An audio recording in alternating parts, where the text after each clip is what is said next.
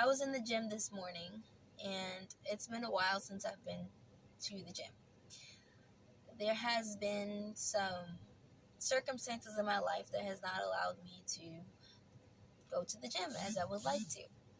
But recently, God has changed my circumstances around. He has blessed me with another vehicle, and I've been able to go to the gym. Today was my first day back in the gym. I got up, got out of bed around 5 something this morning, got ready, went to the gym.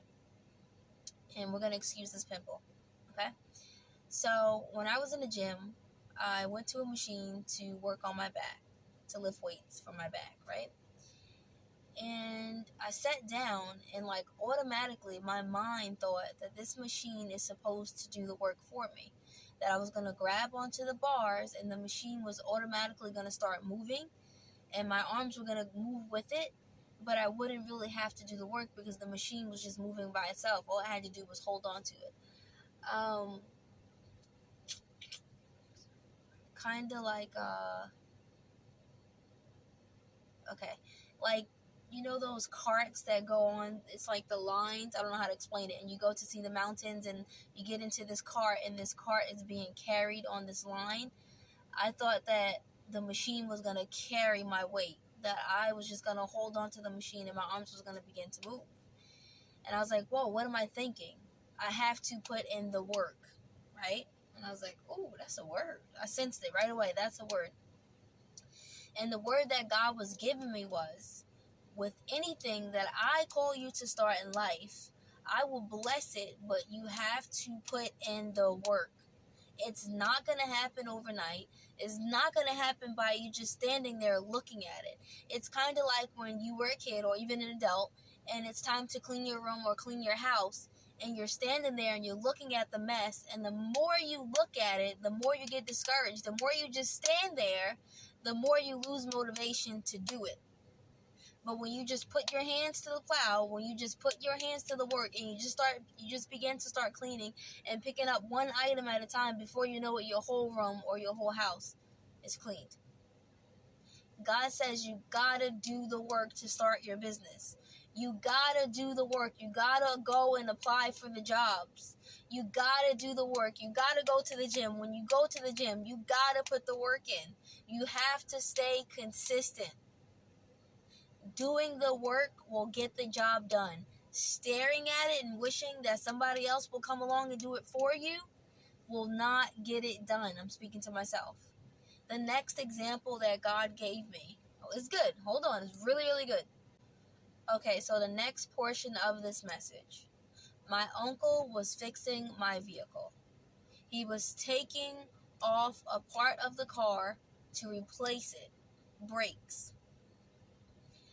As he was attempting to remove everything that needed to be removed in the process, to place the brake pads on the inside, the outside of it, the cover of it, don't know what you refer to it as, maybe the caliper, I don't know. It was not coming off. It was so tight that they were out there, my dad and my uncle were outside for hours with the blowtorch, for hours, literally banging it, applying pressure, all these different methods, oh God, speak to me, that were not working. I called my husband. I said, babe, we need to pray. I prayed. God needs to step in. They were out there from literal daylight, about 6 o'clock-ish, I want to say, in the evening. Literally, I think it might have been 8 o'clock when they got it off to put the brake in, 8:30-ish, somewhere around there. And then they did the other side, right? When they were working on the first side, they put in so much effort. My uncle came in the house and I said, why don't you move on to another side of the vehicle and work on the brakes on the other side? And he said to me, Di, we are Sims. That was my marital last name. That's my marital last name is not Sims. That is my maiden last name. And my uncle said, we Sims, we are Sims, and we do not give up. And I was like, dang, that's a word, because I'm in the process of starting my real estate business. And that was a word for me, the Lord telling me, keep working at it. Do not give up. I was like, wow. They were being so persistent. To daylight to sunset, they were working on it. They only got 2 brakes done, and usually my dad and my uncle can change brakes in 20 minutes, not even.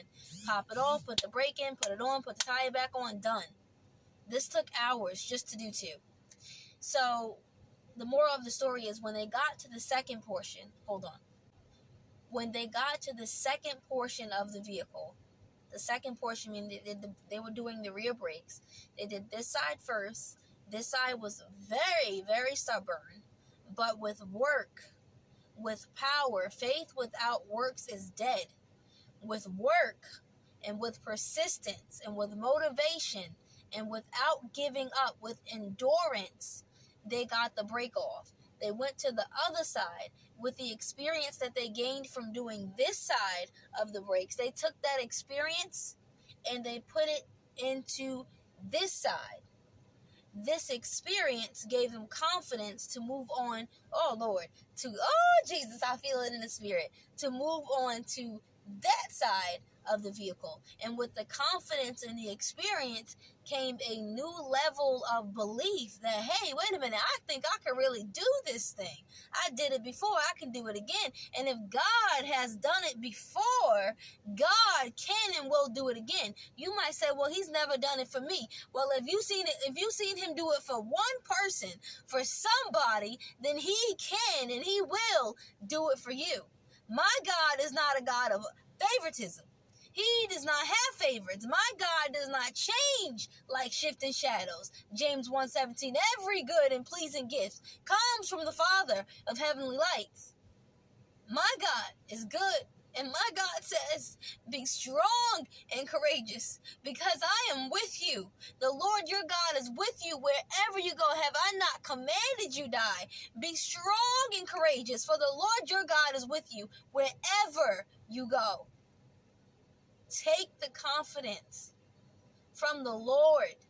Do the work. Hear the words from the Lord. My ways are not your ways. My thoughts are not your thoughts. As high as the heavens are above the earth, so is my ways higher than yours and my thoughts higher than yours. God is looking at it from a different perspective. He's looking down and he sees it all.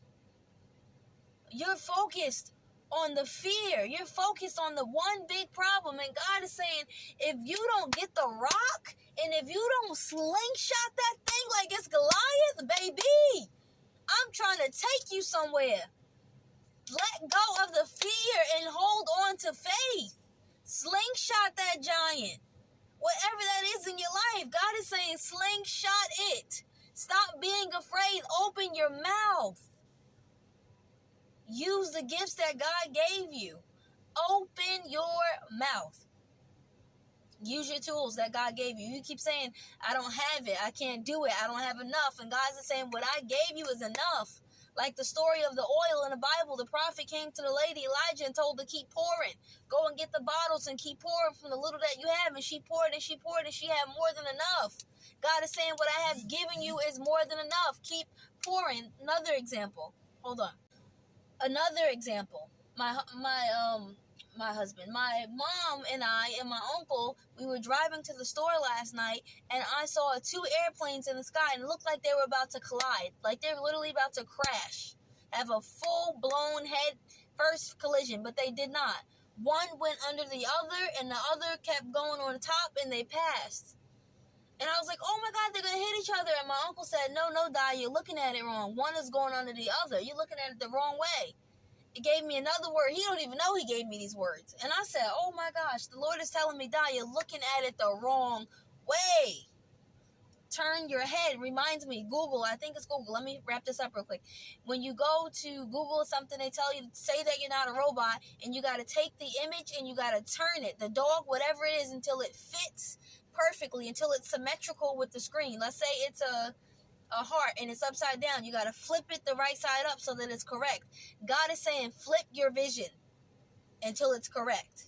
Start working. See it differently. It's not always going to be this way. Your circumstances will change when you change.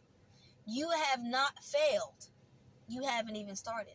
How can you fail if you did not start? Fail forward. Fail, get back up, keep going. Fail forward.